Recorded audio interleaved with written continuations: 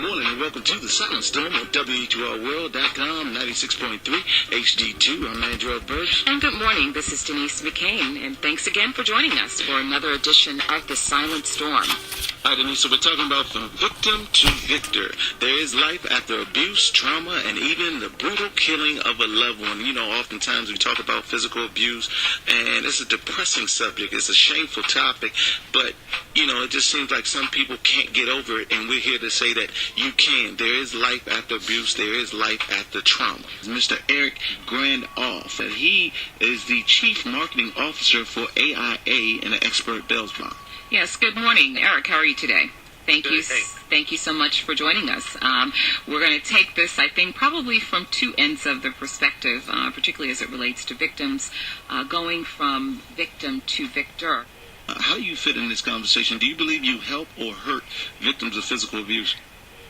Well, I mean, I think it's a really good question, and I think for the fact that someone from the bail bond industry is actually participating in a conversation about victims' rights is probably confusing a lot of people. But you know, we met Jeff probably about 2 years ago, and I mean, you just hear his story, and you begin to realize the importance of this issue. And as you know, as bail agents, we play this role by the fact that, you know, we're the ones that are, you know, when someone's given the right to bail and then they're able to get out, and we kind of facilitate that process as acting in a way like an insurance agent to ensure that they do show up at court. I mean, we think there's a strong connection between the role that we play in the criminal justice system to ensure that appearance and the fact ultimately that person's going to show up for court and have their day in court, and thus the victim in a way has their day and their chance at justice. And when we initially talked with Jeff and met Jeff and, you know, saw that kind of alignment over the last, you know, couple of years, year and a half, we've been kind of, you know,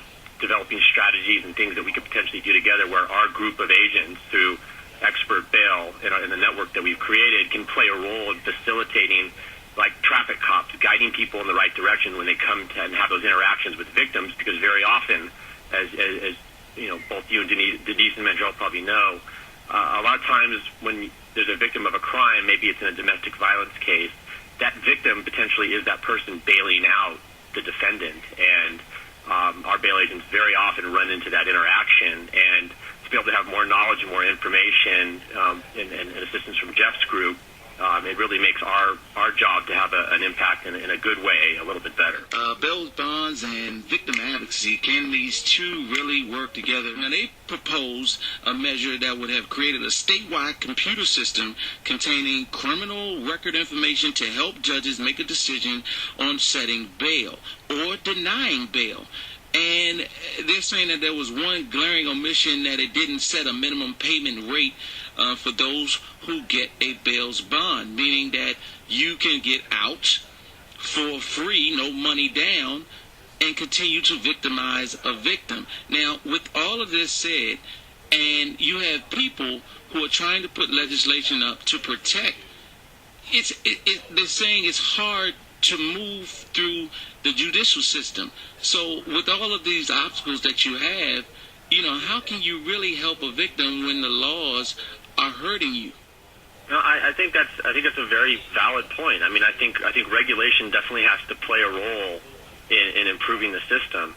One thing I'd like to point out in terms of, I think, the question earlier, I think there's a misperception that plays into the bail industry. Once again, it's probably easy for me to say this because, you know, I represent it, I'm part of it. But, you know, I think that when you look at the newspaper articles about bail agents that do things the wrong way, I think it's very easy to kind of fall into the trap that you play into the stereotype of who a bail agent is.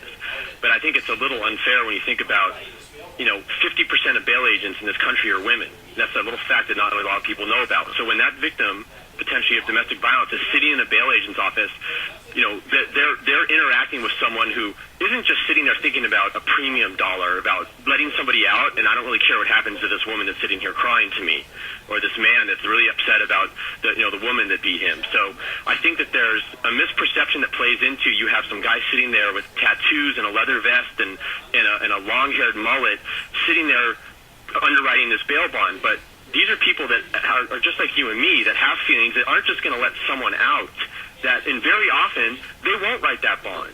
but I'm not saying that every bail agent is like that, but I'm just saying is that I think there's a misperception that's out there that bail agents are these uncaring people that don't really care about anything else than making money, and that's totally not true. I mean, Jeff met some bail agents at our conference, and it wasn't the stereotype that he thought of.